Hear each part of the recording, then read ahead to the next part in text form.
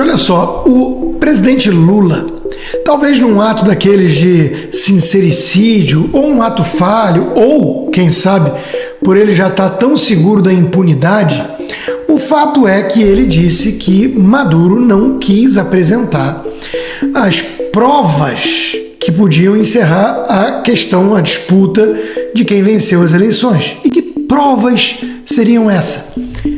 O voto impresso. Lula disse com todas as palavras, porque na Venezuela, quando você vota na urna eletrônica igual a nossa, imprime um voto. E ele podia apresentar isso para contagem. Em vez de fazer isso, ele levou para o Supremo Tribunal Federal dele. Outro ato falho, tipo quem tem o próprio Supremo Tribunal Federal no Brasil também projeta, né? O Supremo Tribunal Federal dele, o meu Supremo Tribunal Eleitoral matou no peito. Olha, eu sei que isso virou tabu no Brasil e a gente sabe os motivos, são bem óbvios. O sistema, principalmente na figura do ministro Alexandre de Moraes, não aceita em hipótese alguma que se questione o resultado, o processo eleitoral, que fale em possível fraude. Isso por si só já é um crime, já é um ataque contra a democracia.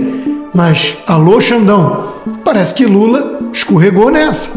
Lula está dizendo que na Venezuela, Maduro poderia ter apresentado a prova do crime, a forma de trazer transparência para o debate.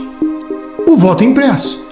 E no Brasil a gente sabe que a turma do próprio STF, na figura do Barroso, fez de tudo, inclusive ingerência contra outro poder, para ir no Congresso dizer que não podia aprovar a PEC do voto impresso.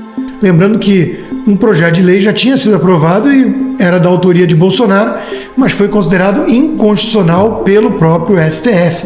Daí a necessidade da PEC, que, por pressão suprema, não foi adiante. Vários políticos de esquerda já defenderam a necessidade de um voto impresso para trazer mais confiança e transparência. Entre eles, Roberto Requião, Ciro Gomes, Simone Tebet, João Amoedo. O próprio Lula insinuou lá atrás que o modelo brasileiro era suscetível a fraude. E, não obstante, tivemos um processo e vimos o resultado.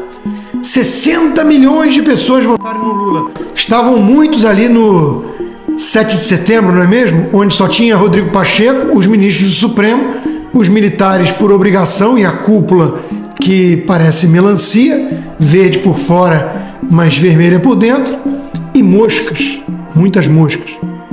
Talvez representando os 60 milhões de eleitores, que ninguém viu, ninguém sabe onde vivem, o que comem, quando dormem, estivesse Alexandre de Moraes.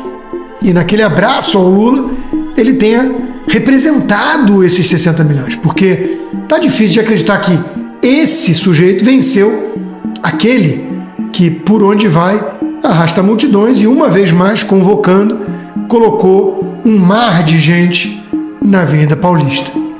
Tudo muito estranho, tudo muito suspeito, mas é proibido no Brasil, virou tabu, repito, questionar se há ou não risco de fraude no nosso modelo eleitoral.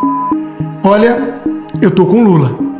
Quando tem o voto impresso, fica mais feio esconder o corpo de delito, a prova do crime, não é mesmo?